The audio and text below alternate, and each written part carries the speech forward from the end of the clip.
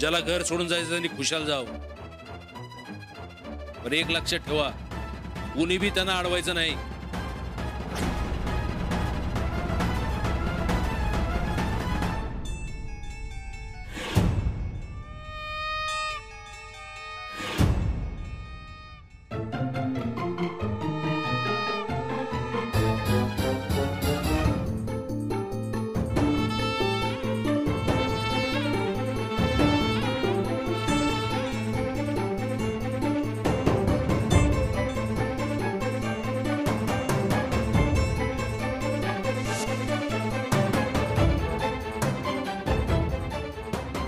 नंदिता, आमासनी कुणी बी थांबू नका सा. ते नव, चल मी सोडून येतो तुला.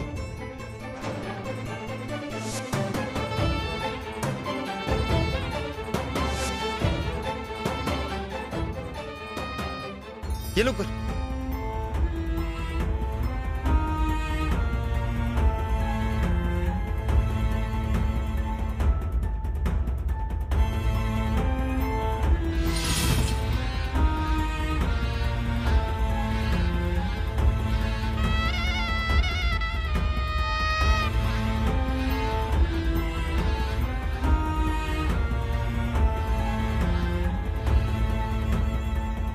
झालं नव समज तुमच्या मनासारखं.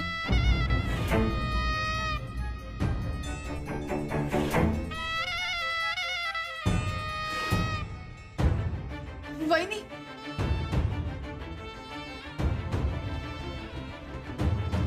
आमचं घर सत्य आणि इमानदारीवरच चाललं. एक घर सांभाळणारी एक सुनबाई आहे इथं. आजपासून परत थोरल्या सुनबाई हे घर सांभाळतील.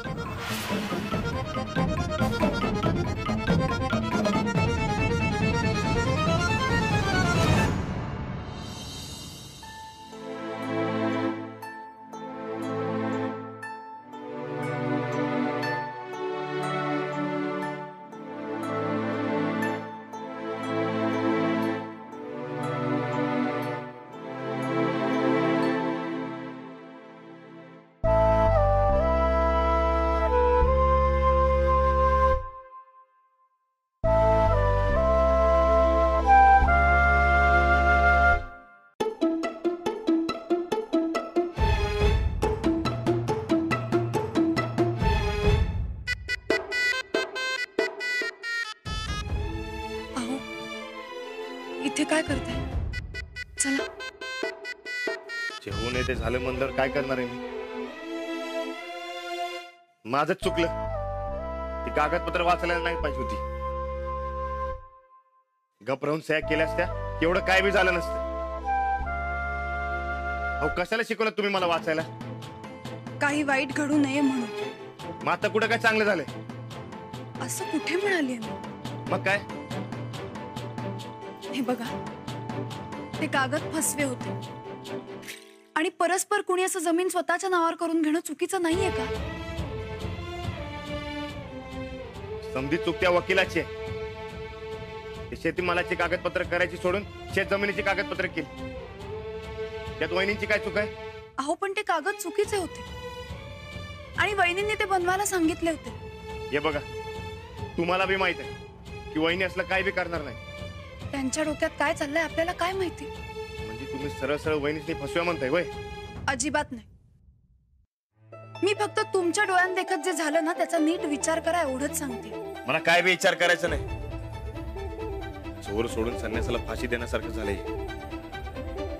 उद्या जाऊन त्या वकिलाच्या दातात. खरंच एवढं काही करायची गरज आहे का?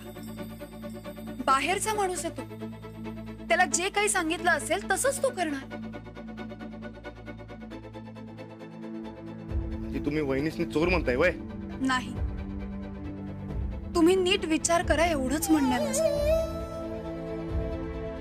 तुम्ही वाचलं म्हणून ठीक आहे, नाहीतर जमीन परस्पर वहिनींच्या नावावर झाली असती. अहो झाली असती तर मग बिघडले कुठं?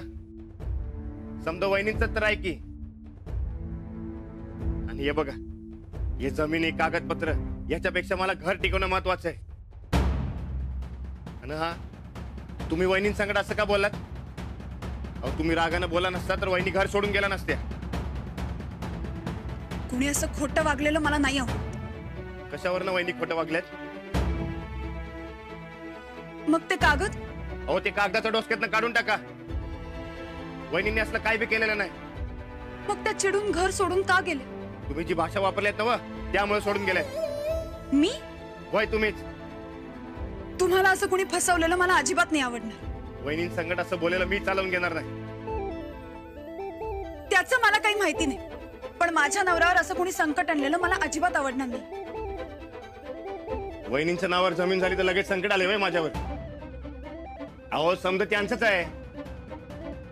आबांनी समजा ताबा त्यांना दिलेला असताना मोठ्या मनात त्यांनी समजा परत केलं. त्या चोरी करणार वय. ते त्यांनाच माहिती. तुम्ही असं काय बी बोलू नका. आणि वहिनींकडनं चूक झाली तर मग झाली, हे मला काय माहित नाही. हे बघा मी तुम्हाला आधी सांगितलंय, वहिनींना 1000 चुका माफ म्हणून. त्यामुळे त्यांच्या संकट असं बोलायचं नाही. तुम्ही माझ्यावर का चिडताय? अहो तुम्ही असं बोलात म्हणून वहिनी घर सोडून गेल्यात. तुम्हाला माहिती आहे ना वहिनी माझ्या आई सारख्या आहेत म्हणून. हे बघा इथनं पुढं ध्यानात ठेवा, वहिनी संकट बोलताना 10 वेळा विचार करायचा. तुम्ही मला का दोष देता? तुम्ही चुकलायत म्हणून बोलतोय मी. ठीक आहे, यापुढे बोलण्याआधी मी 10 वेळा विचार करेन.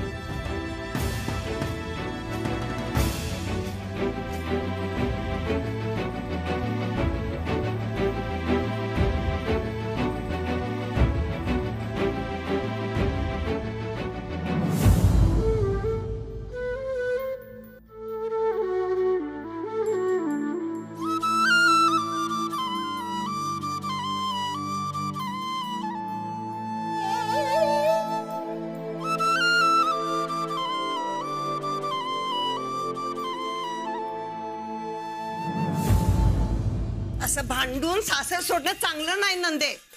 ज्या सासरी आमचा एवढा अपमान व्हायलाय त्या सासरी आम्ही परत जाणार नाही. असं एवढ्या तेवढ्याला भांडून सासर सोडणं चांगलं नाही सांगितलं ना वा. अगं मम्मी, जिथं आम्हाला काही किंमतच नाही तिथं आम्ही का राहू? नाही राहायचं आम्हाला. पण लोक काय म्हणतील नंदे? आम्हासनी कुणाची बी फिकीर नाही. असं नसतंय नंदे. मम्मी तुला किती वेळा सांगायचं, आता त्या घरी आम्ही सहजासहजी जाणार नाही म्हणजे नाही. एकदा सांगितलं ना तुला, सासर सोडून राहता येणार नाही म्हणून. आम्ही आमच्या पप्पांच्या घरी आलोय. जवळ आमचा पप्पा इथं येत नाहीत तवर आम्ही कुठं बी जाणार नाही. ते येणार नाहीत लवकर. का? कुठं गेल्यात? चायनाला गेलेत ते. हा मग ठीक आहे, ते जोपर्यंत इथं येत नाहीत तवर आम्ही इथंच राहणार. ते आल्यानंतर बघू काय करायचं ते. अगं बाई, एकतर चायना संकट भांडण सुरू झालंय म्हणून तुझ्या पप्पांचा घोर, आणि तो घोर डबल करायला तू इकडे आली आहेस वय. तुम्ही बाप लेकीने माझा जीव घ्यायचा ठरवलाय. म्हणजे काय आम्ही त्या सासरी सडत बसू असं म्हणायचंय काय तुला? अगं तुझ्या लेकीला पार हकलून दिल्यासारखं केलंय ग त्यांनी. तूच काहीतरी गुण उधळला असशील. वाटलं आपली पोरगी तालेवार घरामध्ये लगीन करून गेलीये, तिकडची इस्टेट काबीज करील, घरावर राज करील, तर आली आमची पोरगी रडत माहेरला. मम्मी अगं तू सांगतेस तसं इस्टेटच काबीज करत होतो आम्ही, पण नेमकं प्रकरण अंगलट आलं आणि आम्ही कसं बस इथं सटकून आलोय. आता जरा 4 दिवस इथं राहतो, नीट विचार करतो, नाही तर कायमचं तुमच्या उरावर बसावं लागल. अगं म्हणजे इस्टेट काबीज करत होतीस म्हण की तू. आणि मग मम्मी तुला काय सांगू, समदा हक्क, समद्या चाव्या, थोरले पण समदा आमच्या हातात आलतं. मग खरंच काय?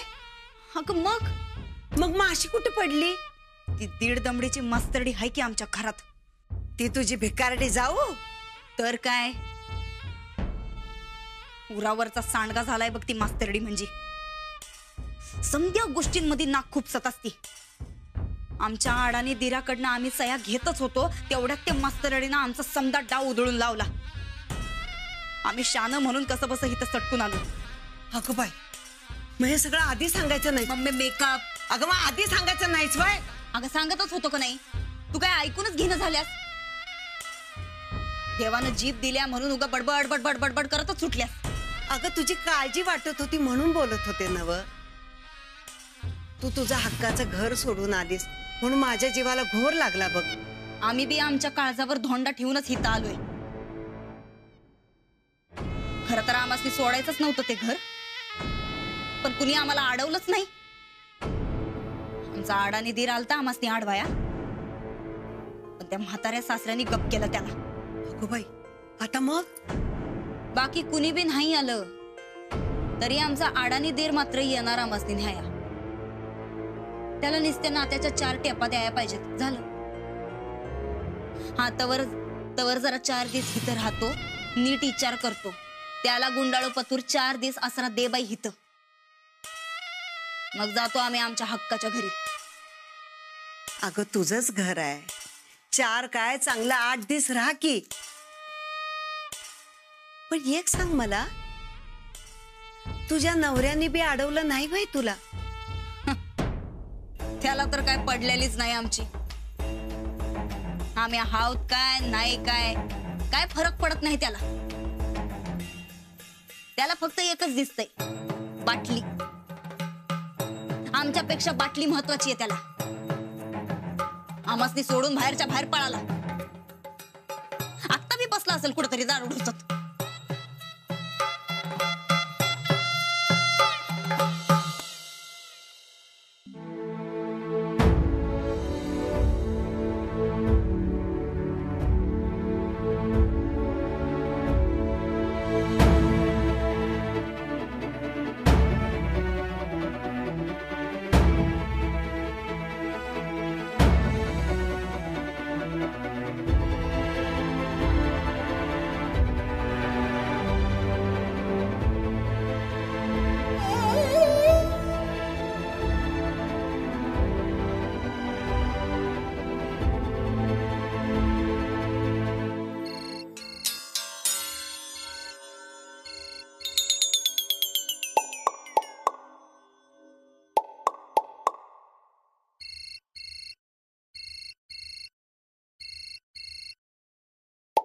हॅलो, कोण आहे?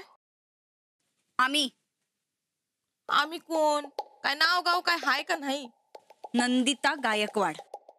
अव ताई सबरुसून गेले ती माहेरला, तिकडे फोन करा. अगं ए ढमे, ताईसाच बोलतोय आम्ही. कानाखाली जाळ काढू काय? ताई साहेब, तुम्ही एका रात्रीत इसरलीस का काय ग आमासनी? अव अशी कशी इसर? मी तुमची पाठ राखण आहे ना. परत आलास काय तुम्ही? काय करायलीस? म्या ते झोपले होते. तुम्ही बोला की. हिथं आमची झोप उडली आहे आणि तू झोपा काढायली आहेस बाई का?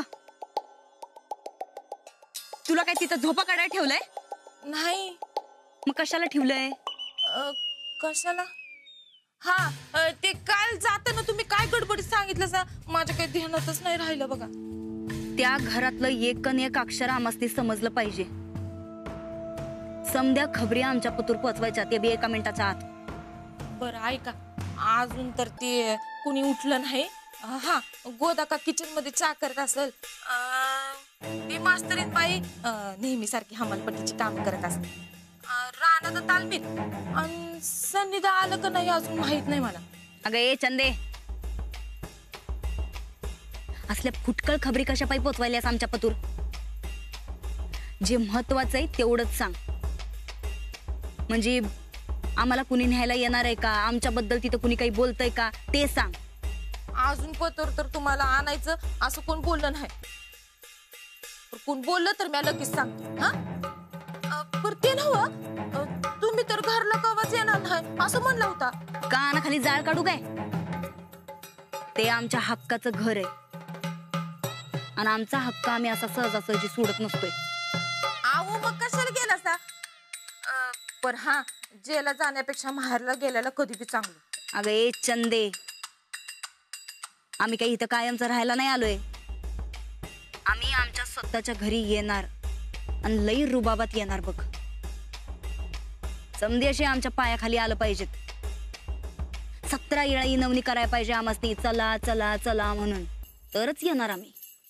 आव पर साहेब तर म्हणलं ती तुम्हासनी आणायचं नाही म्हणून, आणि समजासनी ताकीद बी दिल्या.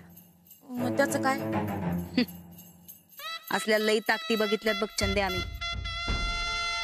तू त्याची काळजी करू नकस, ते बघतो आम्ही काय करायचं ते. तू निस्त कान आणि डोळं दोन्ही बी उघड ठेव, काय चाललंय काय नाही ते समजा आमच्या पुतूर पोचव. आमच्या लाडक्या दिरावर लई विश्वास आहे. अख्खी दुनिया पलटल पण आमचं राणा भाऊजी कधी बी पलटणार नाहीत. ते आमासनी घ्यायला येणार म्हणजे येणार. लई विश्वास आहे बाबा तुमचा तुमच्या दिरावर. आणि मग आहेतच तसं ते चांगलं. आता आम्ही घरात नाही म्हणल्यावर त्यांचा जीव वर खाली होत असेल, चैन पडत नसेल बघ त्यासनी. गॅरंटी आहे.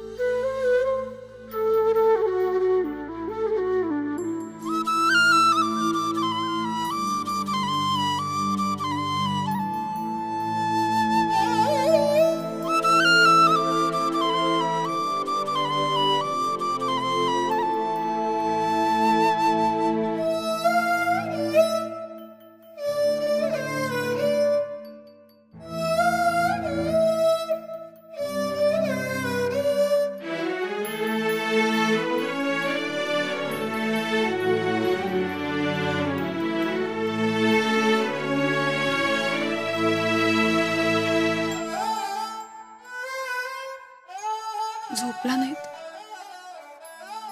रात्रभर जाग्या? का जागरण करताय? तुम्ही का करताय? तुम्ही बी तर रातभर जागा होता का? तुम्ही जागे होतात म्हणून मीही जागे होते. तुम्ही का नाही झोपलात? इकडे घरात वाईट साईट घटना घडायला लागली. मला झोप कशी लागणार? वहिनी घर सोडून गेले. आईला दिलेलं वचन कसं पाळू मी आता? आणि त्यात तुम्हाला बी दुखवलं. सॉरी. नाही, माझ्यामुळे जाऊबाई दुखावल्या आणि घर सोडून गेल्या. मी सॉरी. काल मला तुम्हाला दुखवायचं नव्हतं. वहिनी घर सोडून गेल्या म्हणल्यावर माझंच मला काही सुधरत नव्हतं. तुम्ही तुमच्या जागी बरोबर होतो. तुम्ही माझ्या भल्यासाठी बोललात. पण वहिनी तशा नाही. तो त्यांच्या मनात काय बी वाईट नसते. असो, आता उगाच आपण एकमेकांवर रागायला नको. आपलं ठरलंय ना. ठरलंय पण वहिनी आल्याशिवाय माझं मन काही जागेवर येणार नाही. बघ येतील. कसे येतील? इकडे कोण आणायलाच तयार नाही. जाईल कोणीतरी. त्या काही आपल्या दुश्मन नाहीये. आणि तुम्ही जरा वेळ थांबा, त्या स्वतःहूनच परत येतील. नाही तर सूरज भाऊजी, आबा, कोणीतरी नक्की जाईल आणायला. अहो कोण नाही आणणार.